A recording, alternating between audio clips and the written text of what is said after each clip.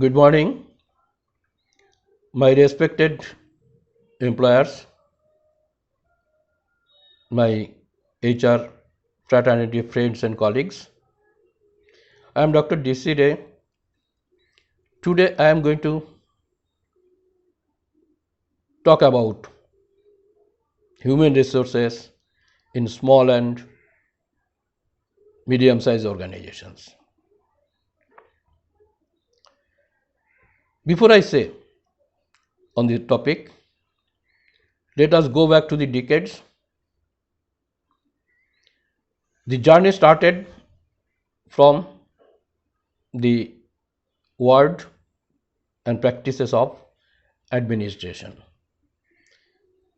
and with changes in the socio-economic, socio-cultural, industrial growth, competition, so on and so forth. On need based, many terminologies came out, such as personnel, industrial relations, then HRM, industrial relations, then HRD, industrial relations, administration, then finally came out to two words, human resources. The reason being that human resources has been treated as the most important, most vital, most critical, most vibrant resource in the organization. Now, large organizations who are appreciating the importance of effective human resources function in the organization, they have been trying to explore this function to any extent across the globe,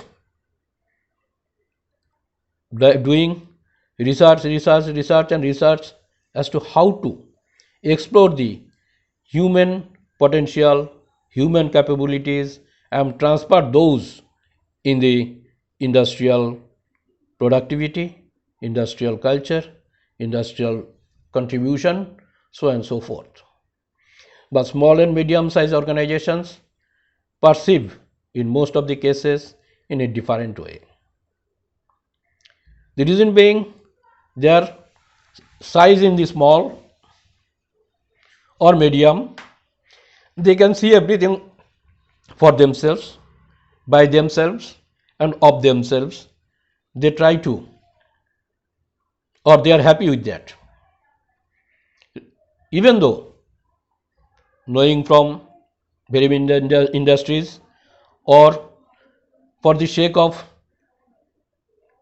an intermediary, many organizations engage HR fraternity. But those HR fraternity are used either as a scapegoat or as a middleman in the process of communication between employer and employee. What communication? The directives, the directions, the orders, so on and so forth of the employer to the employees. Experienced HR professionals who are working in the middle and small scale organization, medium or small scale organizations, they may have potentiality, may have expertise in doing many things in terms of HR processes, HR systems, designs, so on and so forth, policies. But when they go to the employer for getting approval in order to implement, in most of the cases, they come back without any fruit. Rather, they come back frustrated. Eventually, who loses? Eventually, the loss is of organization. HR guy who is there, he will try to manage his job. He will not look at to justify his function. He will be conservative to maintain his job. Of course, looking for changes as well. In such a scenario, what happens?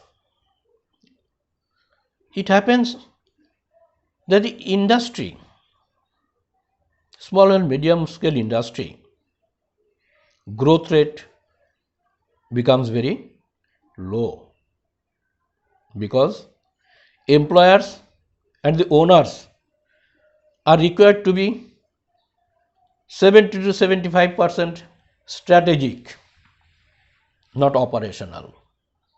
If they remain operational, it will be very difficult for them to fly in a flight. Rather, they will move in a bus. What I mean to say, growth rate will be limited, diversification will be limited. Why? They want to control everything themselves. They do not want to delegate, they do not want to empower, or they do not have the courage to trust. So what is needed for the medium and small scale industries? Formulate vision statement, mission statement categorically, however they want it, looking at future, depending on their business, depending on their size, depending on the competition. Derive it, make the statement collectively, not making a copy or not hearing from somebody else. It has to be a collective effort within the organization to frame out a vision mission statement, then spread it across to each and every individual, irrespective of level, irrespective of qualification, irrespective of job responsibilities. And in that way, give the direction to the organization to adhere to the vision, missions, followed by principles, practices, code of conduct, so on and so forth. Once it is done, the small and medium scale entrepreneurs can build a trust level. Also, list out some values which the employer likes to have in their industry, of course taking into the consideration the size and dynamics of the human resources they have been in their organization. Once it is done, vision, mission, principles, code of conduct, value systems, these will make a systems driven organization, which is the call of the day. Once an organization becomes system driven, employers or the owners are free to focus on strategies and more on the business of the business of the business. Thank you very much. Thank you very much. In the description, I have given my mobile number and mail ID. If any employer shows any interest to actualize what is needed in their organization, may please contact me. I will be very glad to support them in the process. Thank you. Thank you very much.